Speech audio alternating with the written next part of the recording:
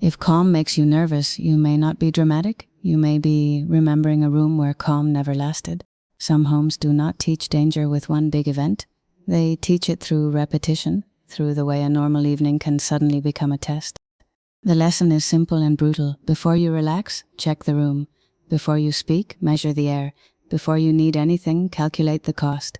This is not a diagnosis, and it is not a claim about every quiet person. It is a story about one pattern, how an unstable home can follow someone into ordinary adult life. You may have your own place now, your own keys, your own routines, and still one changed tone can make the old house arrive before you can stop it. That is what false calm does. It looks like peace from the outside, but inside it is a waiting room for the next shift. A message arrives with no punctuation, and your mind starts building a courtroom. A meeting gets quiet, and your chest acts as if a verdict is coming. Someone else might call it overthinking, but for a long time, it may have been a survival skill wearing the wrong uniform. Your attention learned to scan for tiny changes, a heavier step, a paused sentence, a cabinet closed too hard, the strange politeness before a storm. The mind often arrives late, the body notices first. It tightens, prepares, apologizes, performs, and only afterward asks what happened.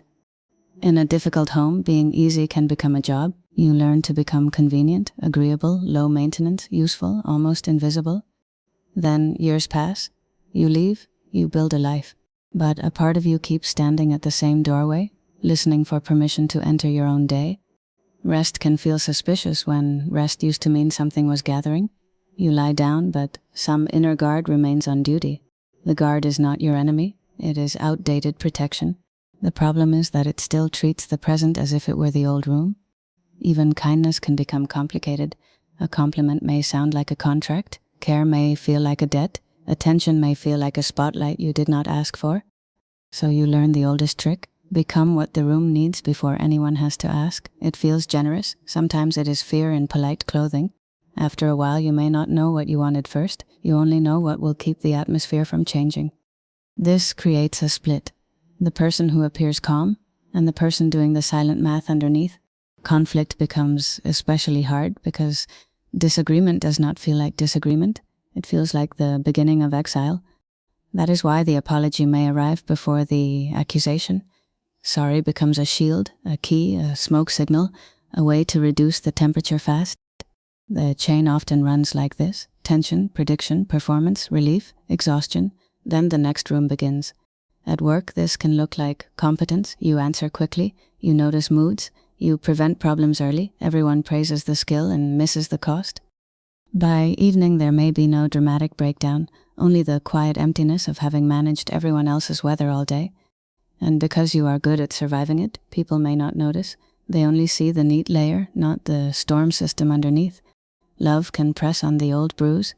Being seen is beautiful, but if being seen once meant being judged, closeness arrives with a warning label. You might test people without meaning to. Delay replying, withhold the honest sentence, offer a smaller version of yourself and watch what happens. The hidden equation says, if I need less, I will be safer. If I am easier, I will be kept. If I do not disturb the room, maybe the room will spare me. But the strategy asks for too much. It asks you to trade honesty for access, rest for approval, and self-respect for a temporary peace. Sometimes the first honest feeling is anger, not because you want to harm anyone, but because a boundary is trying to return from exile. A boundary says, this room is not allowed to become the old room again. A demand says, everyone must obey me. Healing learns the difference. Guilt may show up immediately. It may tell you that having a limit makes you cruel. It may sound convincing because it learned your oldest fears. There is also loyalty, a strange loyalty to the version of you who survived by making everything okay, even when nothing was okay. So the work is not to insult that old strategy. The work is to notice when it has taken the steering wheel in a life it no longer understands. The first practice can be very small. Before you answer, ask, am I responding to this moment, or to the room I used to live in? Naming the pattern does not fix it, but it gives the fear a location. It turns a fog into a room you can walk around. Once you can locate it, you can begin to test it, not by forcing yourself to be fearless, but by proving gently that this room is different. A small test has 3 parts: slow down, Name the old alarm. Choose one honest sentence that does not punish anyone. The sentence might be, I need a little time, or I disagree, or I cannot promise that tonight. Ordinary words can feel radical after years of performing safety. The goal is not to become perfectly calm. The goal is to stop treating every discomfort as evidence that disaster has begun.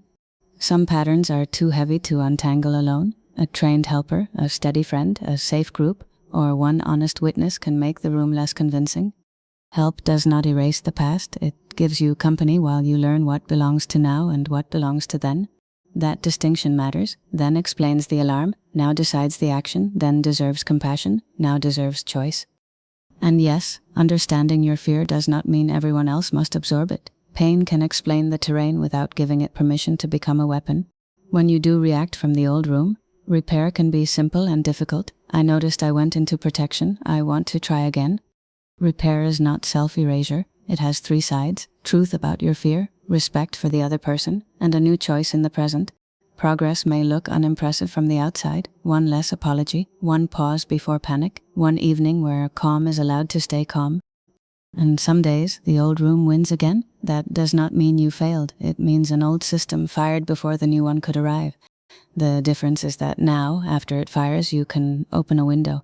You can look around and ask whether the danger is present or inherited. Inherited fear can feel like identity because it has been with you for so long. But longevity is not truth. Familiar is not the same as real. Self-trust returns through evidence. You tell the truth once and survive it. You rest once and nothing collapses. You set a limit once and the world continues. The ladder is built from small proofs, not speeches. I can notice, I can pause, I can choose, I can repair. One day, peace may stop feeling like a trap. It may feel ordinary, almost boring, like a room that does not need you to manage it. That is the quiet miracle, not becoming someone new, but meeting the self who was always waiting underneath all that management. Real peace is not disappearance. It is presence without constant negotiation. It is being in the room without auditioning for permission. If this sounded familiar, be gentle with the part of you that learned early. It was trying to keep you safe with the tools it had. And if the room inside you feels too loud, tell someone safe. Professional help matters when fear starts running your life for you. The old room taught you to predict, perform, and prevent. The new room asks you to notice, choose, and return. You may still hear the old floorboards. You may still feel the old air. But you are allowed to check the door and find that it opens now. If this kind of careful crossing is why you come here, stay with us. We move slowly because some doors should not be forced. The past may have built the room, but it does not get to be the only architect of the rest of your life.